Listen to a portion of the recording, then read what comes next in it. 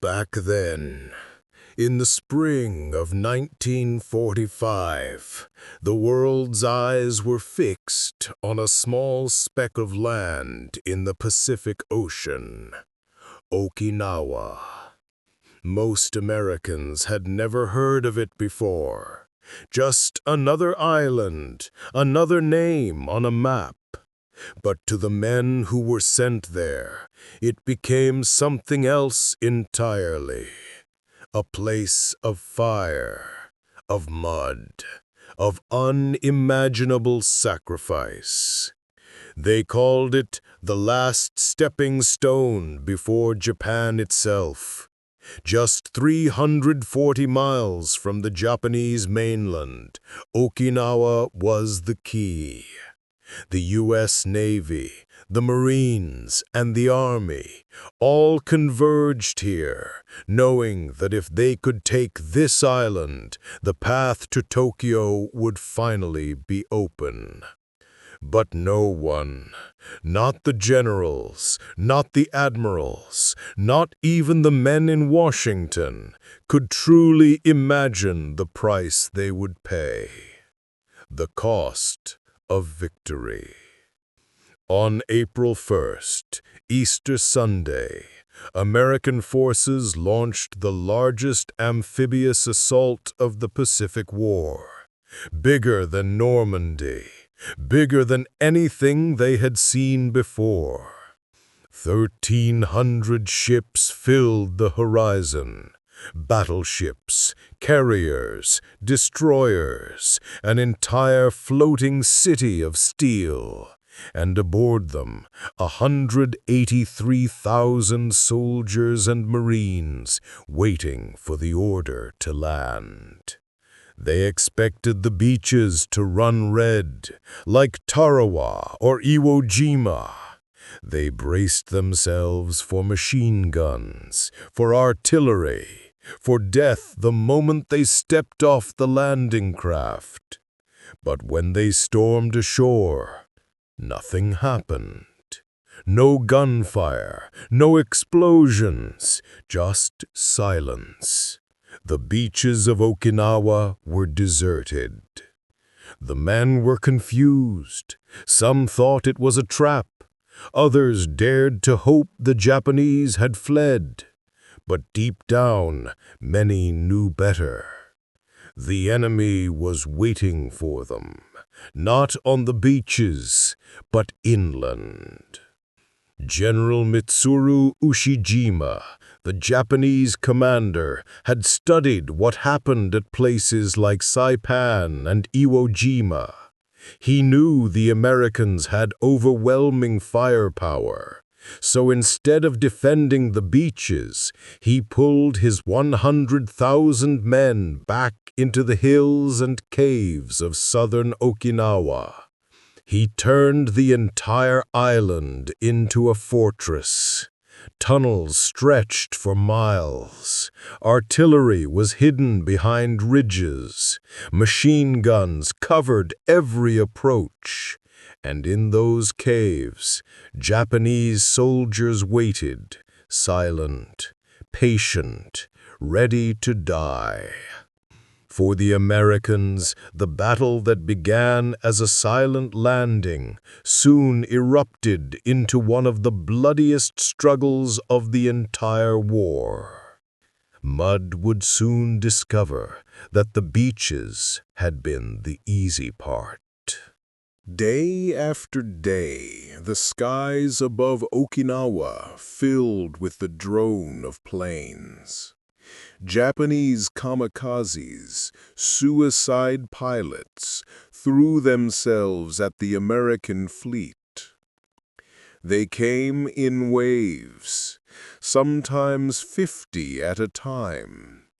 Their mission was simple: sink everything in sight. And they succeeded. The U.S. Navy suffered the worst losses of the war. 34 ships sunk, nearly 400 more damaged, thousands of sailors killed or wounded. The ocean itself seemed to burn as ships exploded one after another. One sailor later wrote, "We could see men jumping into the sea, their bodies aflame. We could hear their screams even above the roar of the fire." And that was just the beginning. Because inland, the battle for Okinawa was about to turn into a nightmare. Hills with names like Sugarloaf, Half Moon, and Shuri Castle would soon become etched in blood. Entire regiments were shattered trying to take a single ridge. Marines charged uphill again and again, only to be cut down by machine guns they could not even see. The mud was everywhere. It clung to uniforms, clogged rifles, swallowed vehicles. And in that mud lay the dead, thousands of them, men who had once been full of life, now just part of the earth. In letters home, soldiers wrote of the horror. They spoke of the stench of death that lingered in every breeze, of comrades who cracked under the strain, of the endless rain of artillery, day and night, that shattered nerves and bodies alike. One Marine confessed, "We stopped counting the dead. There were too many, too many." And still, the battle raged on. Okinawa would last not days, not weeks, but nearly 3 long months. 3 months of hell. The battle for Okinawa was not a swift clash of armies. No, it was a slow, grinding death match. From the very first days, the Americans realized this island would be unlike anything they had faced before. The Japanese strategy was clear. They would not retreat. They would not surrender. They would not even blink. Their orders were simple: bleed the Americans dry. On Sugarloaf Hill, Marines fought for 7 days straight to take a ridge barely 300 yards long. They attacked, were thrown back, attacked again. Each charge left the ground littered with bodies. Men crawled forward through mud and blood, fighting hand to hand with bayonets and grenades. One survivor later recalled, "It was like fighting on the edge of hell itself. You couldn't move without stepping on the dead." And when the hill was finally taken, thousands lay beneath it. The army fought through Shuri Line, the backbone of the Japanese defenses. Here, tunnels connected bunkers, and machine guns could appear from nowhere. Soldiers told of enemies vanishing into caves only to reappear behind them, attacking from the shadows. Flamethrowers became a weapon of grim necessity. To root out defenders in the caves, Marines carried tanks of fuel on their backs, unleashing fire into the darkness. The screams that followed, they haunted men for the rest of their lives. One Marine admitted, quietly, broken, "I didn't see them as human anymore. Just shadows in the cave.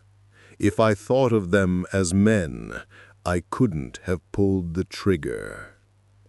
Slowly, rain came.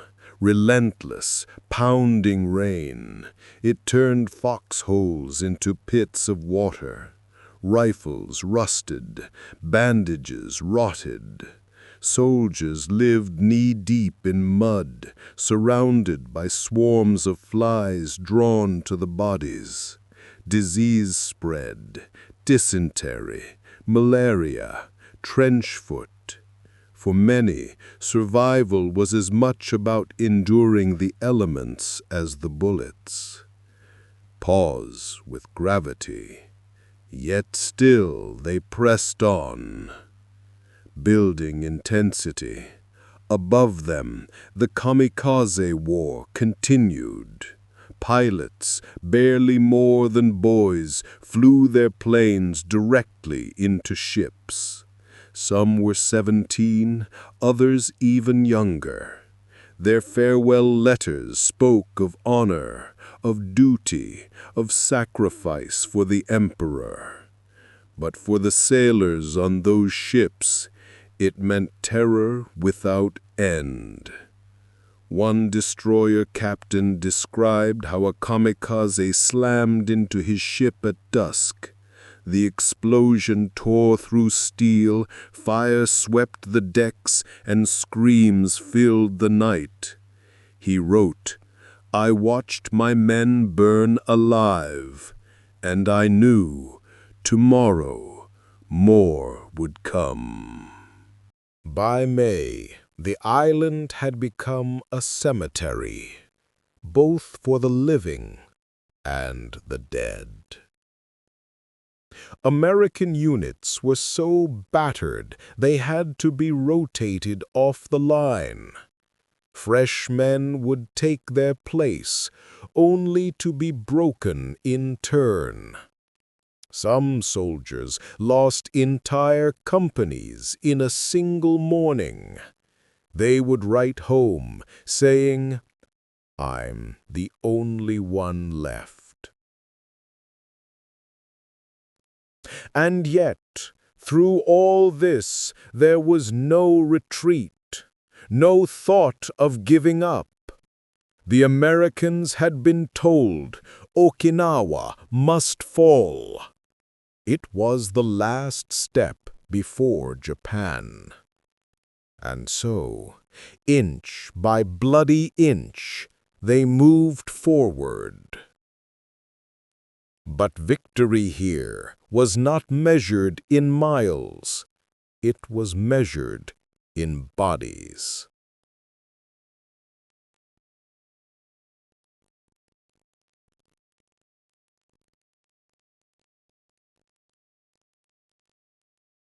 One Marine officer described how his men, tough, hardened by years of war, sat in their foxholes at night and cried.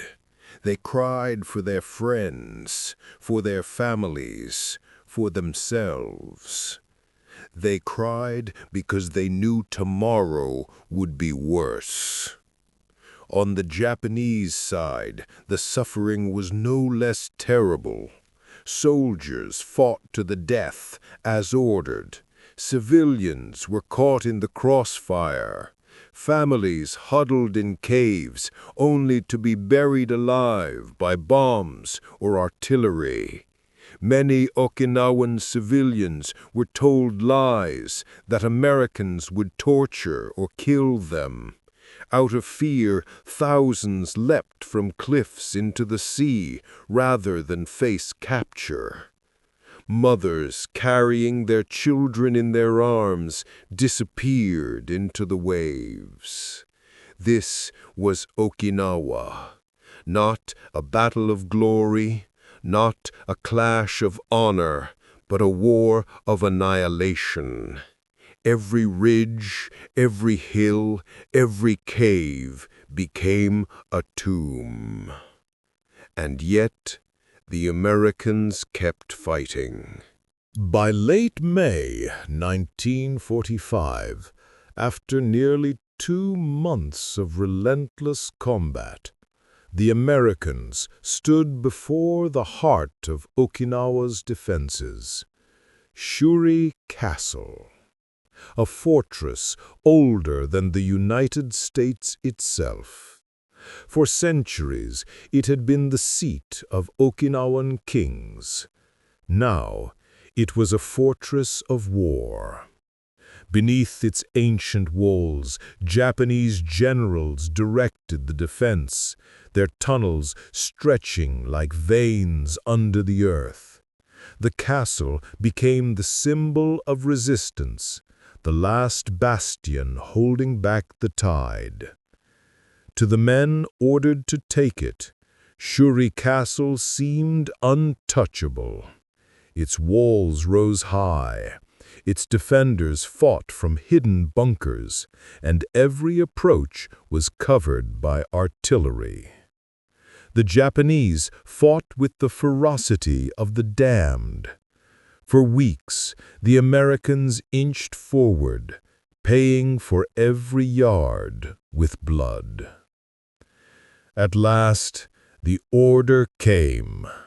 American artillery, battleships offshore, and waves of bombers filled the skies. For days, the ground shook as thousands of shells rained down. The bombardment was so fierce, even veterans said they had never felt anything like it. One Marine recalled, "The earth opened beneath us. The air was fire. It felt like the end of the world." When the smoke cleared, Shuri Castle was gone, reduced to rubble. Its walls shattered, its tunnels collapsed. The Japanese had withdrawn, slipping south under cover of night. But for the Americans, standing on that ruined hilltop, the victory felt hollow. The price had been too high. For even as the defenses broke, the killing did not stop. The Japanese withdrew deeper into southern Okinawa, into caves, into ridges, into the very earth itself. And the Americans followed. The fighting became more desperate, more savage. Men were dragged from caves, burned, blown apart. Artillery pounded relentlessly. The stench of death hung in the humid air, and the cries of the wounded echoed through the night. One soldier wrote in his diary, "There is no safe place here, not even in your own skin." And then came June, the final month of battle. By now, the Japanese army was crumbling. Ammunition ran low. Food was gone. Disease swept through their ranks. But still, they fought on. Their generals ordered them to resist to the very last man. General Ushijima himself prepared for the end. On June 22, 1945, as the battle drew to a close, he committed seppuku, ritual suicide, in his command cave. His final message, that his men had fought bravely and that Japan must endure what was to come. By the time Okinawa finally fell, the island was nothing but ruin. Fields were churned into mud, cities reduced to ash, hills scarred with shell craters, and among it all, the bodies of the dead. Over 12,500 Americans killed, more than 36,000 wounded, entire divisions shattered. For the Japanese, the numbers were beyond comprehension. Over 100,000 soldiers dead, perhaps 40,000 civilians, families wiped out, villages erased, an island bled dry. America had won. But as the soldiers looked around them, at the shattered land, at the endless graves, at the broken faces of survivors, they wondered if victory had any meaning at all. One Marine said, "We took the island, but it took something from us, too. Something we can never get back." Okinawa was the last battle of the Pacific, the bloodiest of them all, and the cost was so high it shook America to its core. Because if this tiny island cost so much, what would an invasion of Japan itself demand? When the guns finally fell silent on Okinawa in late June 1945, the silence felt unreal. For nearly 3 months, the air had been filled with thunder, artillery, planes, screaming men. Now, just the sound of wind over broken hills, carrying with it the stench of death. But victory came at a cost no one could ignore. Over 12,500 Americans lay dead, 36,000 wounded. Entire companies reduced to a handful of survivors. Navy ships burned and sank in the blue Pacific waters, taking thousands of sailors with them. It was, without question, the bloodiest battle of the Pacific War.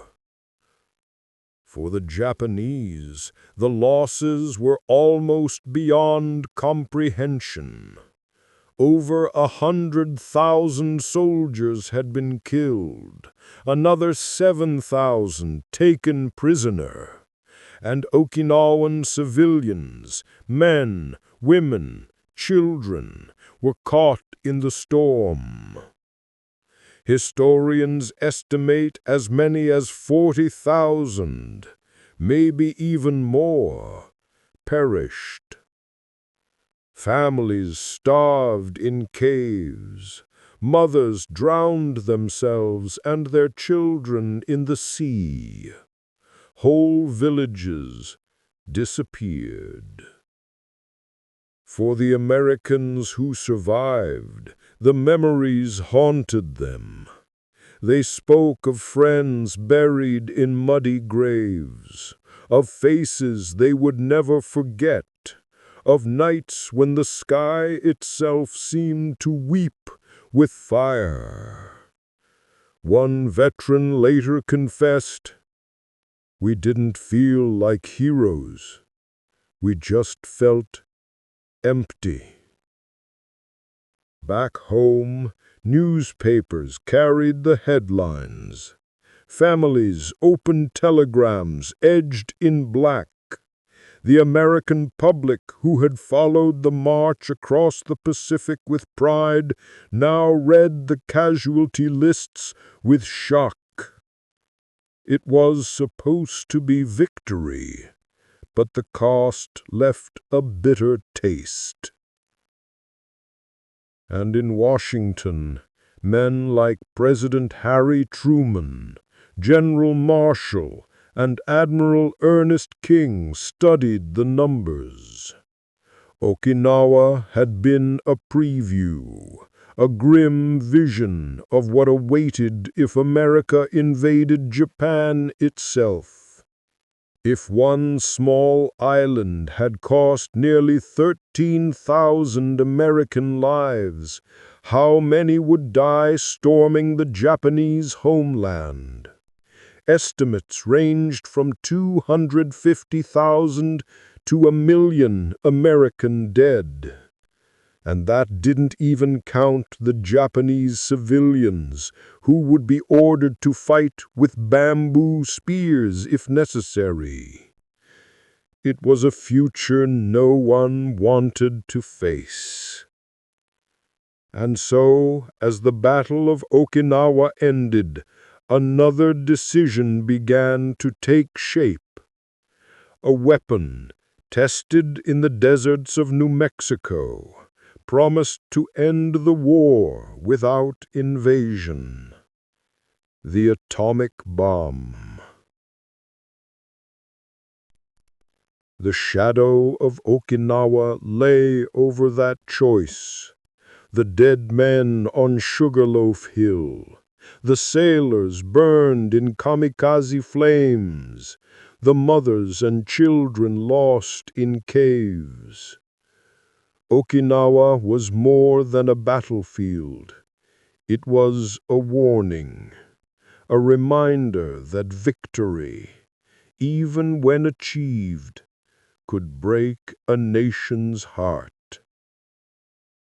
And it was the battle that convinced America that the war must be ended at any cost. The men who survived carried Okinawa with them for the rest of their lives. They carried it in their scars, in their dreams, in the silence when they stared at nothing, remembering everything. One veteran said, "I left Okinawa, but Okinawa never left me." The battle for Okinawa ended, but its echoes never truly faded. When American soldiers sailed away from that scarred island, they left behind fields of broken helmets, burnt-out tanks, shuttered villages, and thousands of graves. The price of victory was carved into the soil, into the memories of those who survived, and into the heart of a nation that had never imagined such loss so close to victory's end. For Japan, Okinawa was a catastrophe. Its army had been destroyed, its civilians devastated, and yet the Japanese government refused to surrender. The military leaders in Tokyo spoke of one final defense, the homeland itself. For America, Okinawa was both a triumph and a warning. Yes, the island had been taken, but at what cost? 12,000 American dead, nearly 49,000 casualties. The Navy crippled by kamikaze strikes. If invading Okinawa had been this brutal, then invading Japan itself could only mean slaughter on a scale no one wished to imagine. The lessons of Okinawa whispered in the corridors of power in Washington. And so, in the summer of 1945, President Harry Truman faced the most terrible decision in history. A weapon unlike any the world had ever seen had been tested in the desert, the atomic bomb. Would he use it? Would he unleash destruction beyond imagination to end the war quickly? Or would America face another Okinawa, magnified 100 times on the shores of Japan? Okinawa's casualties, its rivers of blood, tipped the scales. Truman chose the bomb. History would forever debate the morality of that choice. But for the men who fought on Okinawa, for the families who had received telegrams edged in black, for a nation weary of war, the logic was clear. They had seen the price of victory up close, and they could not bear to pay it again. And for the veterans who came home, Okinawa lingered in their hearts. Many never spoke of it. Some shared fragments, memories of rain, of mud, of friends who never came back. And yet, within those memories was a lesson for all of us, that victory, no matter how great, is never free. The Battle of Okinawa was not just the last battle of World War II's Pacific campaign. It was a message carved in blood and stone, a warning of what war costs, not only in lives, but in innocence, in humanity, in memory. Back then, they called it the Typhoon of Steel.